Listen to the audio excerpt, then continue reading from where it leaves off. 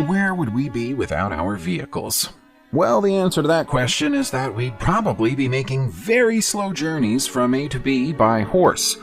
Planes, trains, and automobiles have made the world a smaller place. Thanks to them, journeys that once took days now take a matter of hours. However, where would our vehicles be without us? They might end up anywhere, as you're about to find out. When a vehicle is a world record holder, it deserves to either be in a museum so people can see it, especially when the record it holds is for being the longest car in the world. That honor goes to the super long stretch limousine known as the American Dream that was built by California's J. Orberg during the 1990s. Jay took a broken-down 1970 Cadillac Eldorado and carried on fixing new parts to both the front and the back until his limo was 100 feet long. When he reached that milestone, he added a helicopter landing pad on the roof. Unsurprisingly, the car struggled to turn corners because of its length and therefore has never legally been permitted to drive on America's roads. That limited it to special appearances at car shows and other events. But it was on one such duty in the early 21st century that it met with its fate. A company that had leased the American Dream as a promotional vehicle went bankrupt, and the car disappeared. When it was eventually found in 2012, it was a rusted, beaten-up shell of its former self. Fortunately, the AutoZeum Automotive Teaching Museum of New York took ownership of the wreck and has since performed a full restoration. There's a bridge across a river in Georgia that's unlike any other bridge we've ever seen elsewhere in the world. That's because it isn't really a bridge at all, and it was never intended to become one. You'll find it in the European nation of Georgia, crossing a river between Kerdvisi and Alkalalaki. The route is made difficult for walkers by the fast-moving river and its strong currents, so somebody decided to provide a safe way over it by laying a disused rail car across its banks. When we say safe, we might be stretching the definition of that word a little. The rail carriage is old, rusty, and rickety. Judging by the recent pictures of its interior taken by explorers, it also seems to be missing much of its floor. We don't fancy anyone's chances of staying dry by using the railcar bridge any more than we would if they tried to cross without using it. We suppose we could charitably look upon this as a way of recycling a railcar that would otherwise have ended up being dumped somewhere. But it will probably dump itself in the river anyway at some point in the near future. Confranc train station in Spain might be abandoned right now, but it isn't necessarily going to stay that way forever. As it was once the second largest train station in all of Europe, it would only be fitting if it could be restored to its former glory. The site is a strange place. Despite its grand proportions, it was built high up in the Pyrenees, close to a village that homes only 500 people. The Spanish government hoped it would become a major crossing point between Spain and France, but sadly things didn't go to plan. When it opened in July 1928, it was considered such a big deal that Spanish King Alfonso XIII and French President Gaston Doumergue were both in attendance. But it quickly became apparent that nobody had taken into account that differently sized rail gauges were used in Spain and France. That brought practical issues, but the global recession that occurred the following year brought financial issues too. By 1930, less than 100 people per day were using the station. Shortly after that, the tunnels were closed during the Spanish Civil War. They reopened later on, but by 1970, the station was crumbling, and the decision was taken to close it. Interest from tourists since then has seen a campaign launched to have it fully restored. We all know that Americans love their motorhomes and RVs, so we guess our next vehicle would be the ultimate dream for every American. It's a triple-decker RV with no fewer than 24 wheels. It's difficult to verify whether it's real or not from these grainy images, but to the best of our knowledge, there's nothing fake about the pictures. Somebody actually went to the trouble of taking unwanted pieces of other RVs and then cutting and shutting the whole lot together. It looks like the whole thing is pulled along by a Silverado, which is one of the few things that we can think of that might be capable of dragging a monstrosity like this down the road.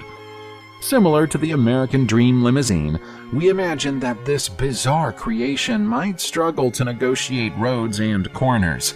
It would be much better served out in the desert, which is where it's thought to be. It doesn't look like the most practical vehicle we've ever seen, and we hate to think how hot it would get in the middle of the summer. There's no way there's air conditioning throughout this behemoth.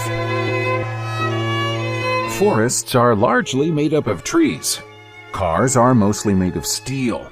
That ought to make the idea of a car forest impossible, but we know a pair of artists in Nevada, USA, who found a way to make such a thing happen.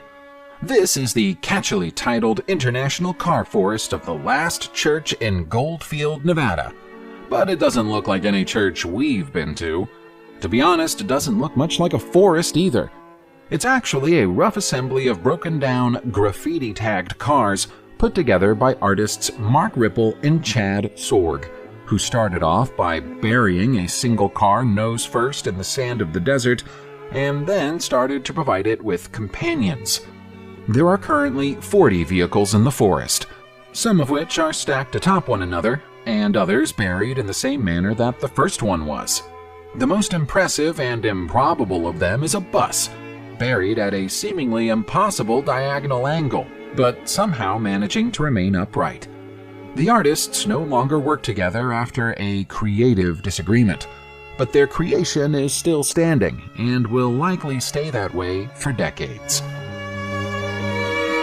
When you see our next abandoned car, you'll struggle to believe that anyone once seriously believed it was the vehicle of the future. It's Buckminster Fuller's Dymaxion, and it's currently on display at the National Automobile Museum in Reno, Nevada, USA. Based on this vehicle and the car forest of the Last Church, it seems that Nevada is the place to go if you want to find kooky vehicles. The Dymaxion inside the museum is the final remaining prototype of Fuller's supposedly visionary car. He called it Dymaxion because the made-up word is a combination of dynamic, maximum, and tension. He gave the automobile 3 wheels and a fuel capacity of roughly 30 miles to the gallon, along with space for up to 12 people, including the driver, to sit inside. When Fuller built the Dymaxion in 1933, he claimed it was capable of speeds up to 90 miles per hour. Nobody ever felt brave enough to put that claim to the test. The Dymaxion dream died along with the poor soul driving it when the car was involved in a fatal crash while it was being demonstrated at the Chicago's World Fair in 1933. This classic car junkyard may have been created on purpose rather than being discovered by accident, but it's still the last thing you'd expect to find in the middle of a forest in the tiny town of White in Georgia, USA. Old Car City, as it's known, is the property of Walter Dean Lewis, who grew up on the site. It was formerly a general store, which opened in 1931 and sold auto parts. Now, it's home to more than 4,000 rusting classic cars, including the very last car ever owned by Elvis Presley. Some of them are kept looking shiny and new, but others have been left to the mercy of the forest, having stayed exactly where they are for decades and becoming home to animals and plants. In a few cases, tree branches are even lifting some of them up off the ground. Visitors are welcome at the museum site, which charges $15 if you just want to take a look, or $25 if you want to take photographs. If you're lucky, Walter Dean Lewis will even show you his skills on the piano while you're browsing. We have another car cemetery to look at, but we have to leave the United States of America to find it. It's Kirko Car Cemetery, which you'll find in Tingsryd, Sweden. To be more specific, you'll find it in a peat bog. It's not the most auspicious of surroundings, but it's home to a long-forgotten collection of European cars like Saabs and Volvos. There's still the occasional American muscle car to be found among all the other rusty old hulks, though. The collection was put together by Åke Danielsson starting in 1935. This was his peat bog, which he farmed by hand. Åke noticed that the surrounding forest was being used as a dumping ground for unwanted cars, so he started taking them in and selling any useful parts left attached to them. The car parts business quickly started making more money than the peat harvesting business, so Åke started buying old, wrecked cars on an industrial scale. He passed away in the year 2000, so what's left at the site now are the cars he either never got around to stripping or the shells of the even older cars that have already been stripped. The first big country music star of the 20th century was Hank Williams.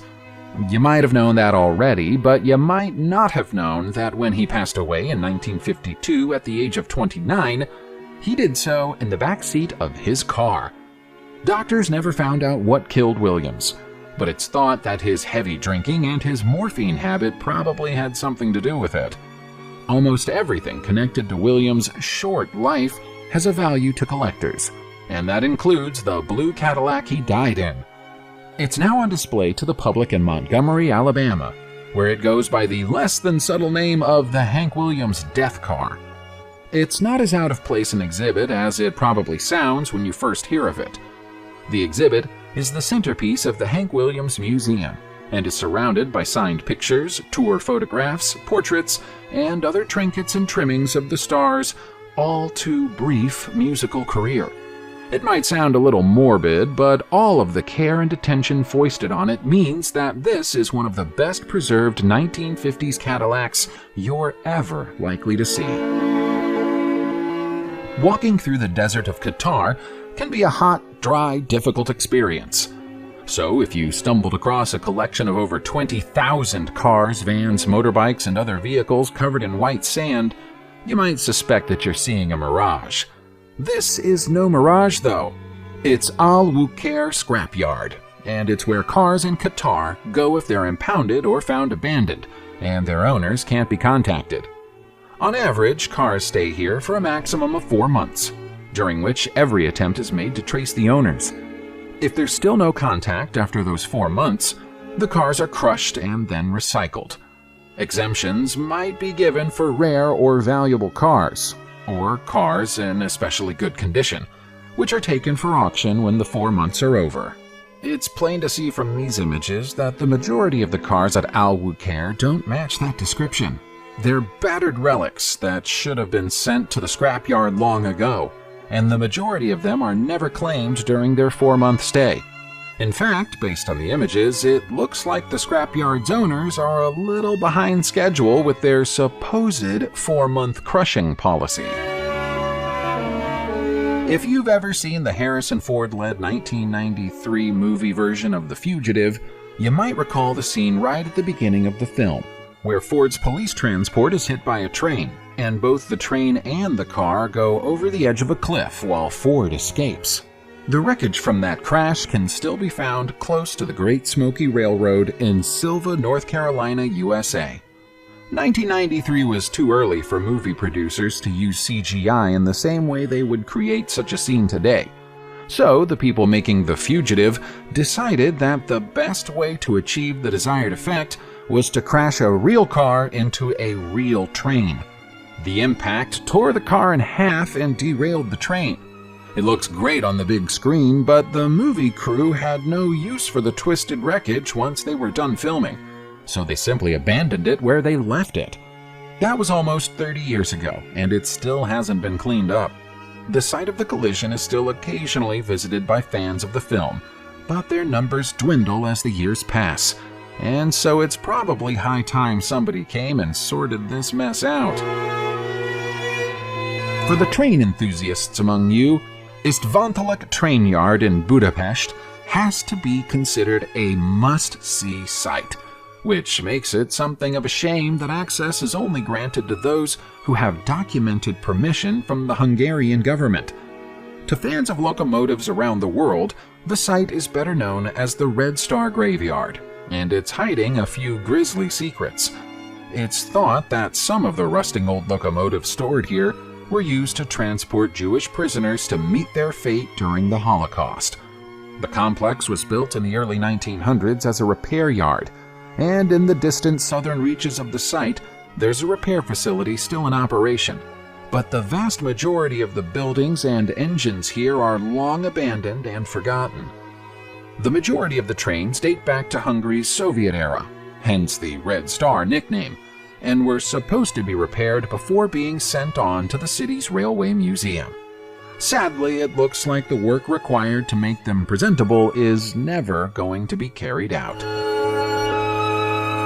Subscribe to the channel, turn on the notification bell, and enjoy watching new videos on my channel. Thanks for watching, and see you soon!